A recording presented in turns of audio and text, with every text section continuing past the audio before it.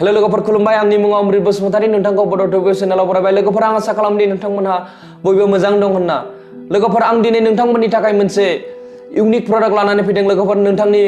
महरजों सोमोन्दो थानाय दा नोंथाङा बे प्रडाक्टनि सायाव गुवारै मिथिनो थाखाय भिडिअखौ जोबजासिम नायलां स्किप दा खालाम लोगोफोर आरो आं जोबथारनायाव फोरमायगोन माने बे प्रडाक्टखौ माबोरैहाय इउज खालामनांगौ दा लोगोफोर नोंथांमोनहा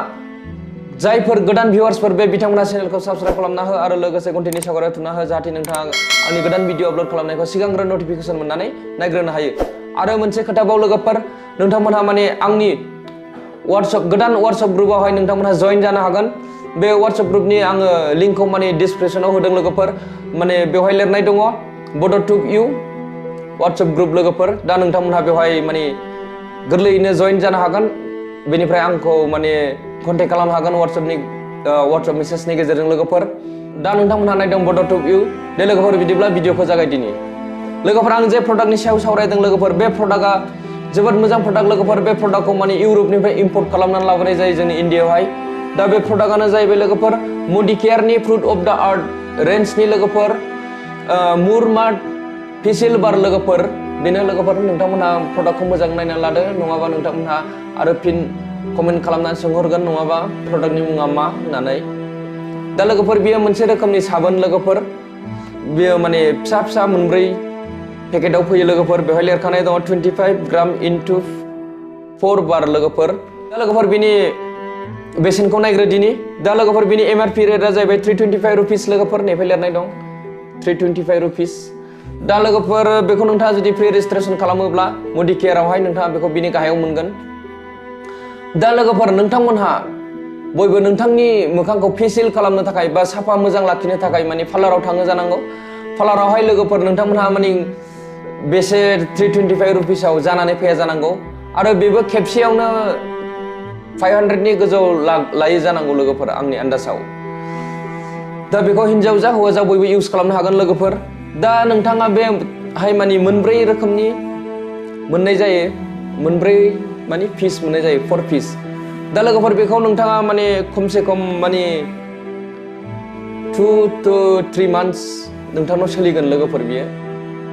मास मोनथामसिम सोलिगोन लोगोफोर दान मोनथामसिम दा जुदि नोंथांमोनहा माने खनसे थांगासेयावनो गोबां फैसा गारस्लायस्लाय गोबां रां खरसा खालामस्लायस्लाय दा नोंथांमोनहा बेखौ इउज खालामनाया मोजां लोगोफोर फेसिल खालामनो थाखाय नोंथांनि मोखांखौ क्लिन खालामनो थाखाय साफा खालामनो थाखाय दा लोगोफोर नोंथांमोनखौ माने पार्लारावहाय सिगां मा खालामग्रोयो जानांगौ माने क्लिनजिं खालामग्रोयो जानांगौ आरो टनार खालामो जानांगौ बिनिफ्राय मयस्चराइज खालामो बिनिफ्रायसो फेसिल खालामो लोगोफोर नोंथांमोननि मोखांखौ दा नाथाय बेवहाय माने मोनसेयावनो बे मोनथाम खामानिखौ मोननाय जायो लोगोफोर मोनसे बे बारावनो लोगोफोर माने नोंथाङा बेवहाय क्लिनजिं मोनगोन आरो टनार आरो मयस्चराइजिं बेखौबो बेवहाय मोननाय जायो लोगोफोर खेबसेनो बे मोनथाम बुस्थुखौ बेवहाय मोननाय जायो आरो बेबो खम बेसेनावनो लोगोफोर दा लोगोफोर बेवहाय लेमन ग्रास मोननाय जायो लोगोफोर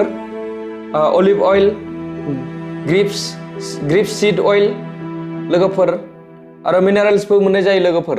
दा नोंथाङा बेखौ फरायबानो जाबाय लोगोफोर पारचेस खालामनायनि उनावहाय इउज खालामनायनि सिगांनि बेहाय नोंथाङा फरायबानो जाबाय बाहाय लिरनाय दङ मा इनग्रेडियेन्ट्सफोर दङ माने आं भिडिअआ गोलाव जागोन नङाबा भिडिअखौ थाब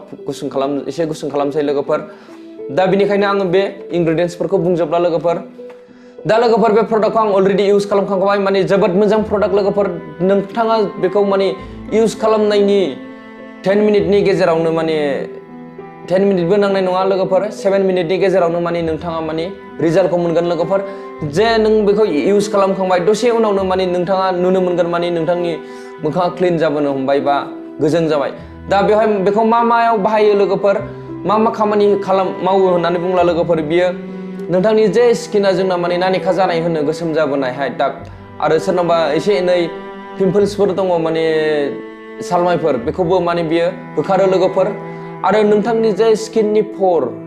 जे जोंनि मोखांनि गुदुं ना जे सोरनाबा गुवार गिदिर जाबोनो हमो दा बेहाय बेखौबो माने बियो बेखौ माने फिसा खालामो लोगोफोर जाय माने आरो बियो मारैहाय खामानि होयो होननानै बुंब्ला लोगोफोर बे नोंथांनि मोखांनि पराव माने गुदुंजों थांनानै माने सिंनिफ्राय क्लिन खालामबोयो लोगोफोर मोखांखौ सिंनिफ्राय क्लिन खालामबोयो मोजाङैहाय बिनिफ्राय नोंथांनि मोखांनि बे परखौबो गुदुंखौ फिसा खालामगोन लोगोफोर बिनिफ्राय माने नोंथाङा बेखौ खालामखांनायनि दसे उनावनो माने इनस्टेन्टलि रिजाल्ट मोनगोन लोगोफोर नोंथांनि मोखाङा ग्ल' जाबाय नोंथाङा माने दसेनो माने नोंथाङा नुनो मोनगोन दा बेखौ माबोरैहाय इउज खालामनांगौ होननानै बुंब्ला लोगोफोर बे माने दा बे भिडिअ फैयो नालाय बेखौ मोनसे लानानै लोगोफोर बेखौ आङो बेखेवना दिन्थिनो बावदों दा दिन्थिनोसै बेबायदि फैगोन लोगोफोर बाहायबो फ्रुट अफ द आर्थ लिरनाय दं बेबायदि रोखोमनि फैयो लोगोफोर बेबायदि 25 ग्रामाव दा लोगोफोर बेखौ इउज खालामनो थाखाय नोंथाङा सिगांग्रो नोंथांनि मोखांखौ माने दैजों सुग्रोनांगोन माने फिग्रोनांगोन आरो लोगोफोर गिसि खालामग्रोनांगोन बिनिफ्राय नोंथाङा बे बारखौबो साबोनखौ दैयाव एसे दै फोनांनानै बा फोनाङाबाबो डाइरेक्ट एप्लाइ खालामनो हागोन नोंथांनि मोखाङाव माने फेंफोना जाजासे ओरैहाय माने फम जाजासे फुननानै बिनिफ्राय नोंथांनि मोखांखौ मासाज खालामनांगोन लोगोफोर मालिस खालामनांगोन दसे सम माने बेखौ मासाज खालामनांगोन लोगोफोर गासैबो गोदोनासिम होयो ना फुल बडियावबो होजायो लोगोफोर नोंथाङा बेखौ दसे सम मासाज खालामनानै माने दा नोंथाङा बेखौ 7 मिनिट माने नोंथांनि मोखाङावहाय लाथ'नांगोन लोगोफोर दोनथ'नांगोन बिनि उनावहाय माने नोंथाङा बेखौ माने मोनसे टावेलफोरजों माने फुगारनांगोन बेनिफ्राय लगे लगे नोंथाङा नुनो मोनगोन माने नोंथांनि स्किना ग्ल' जाबोबाय माने इउजफुल माने जोबोद थाब माने बे एफेक्ट होयो लोगोफोर माने खामानि होयो माने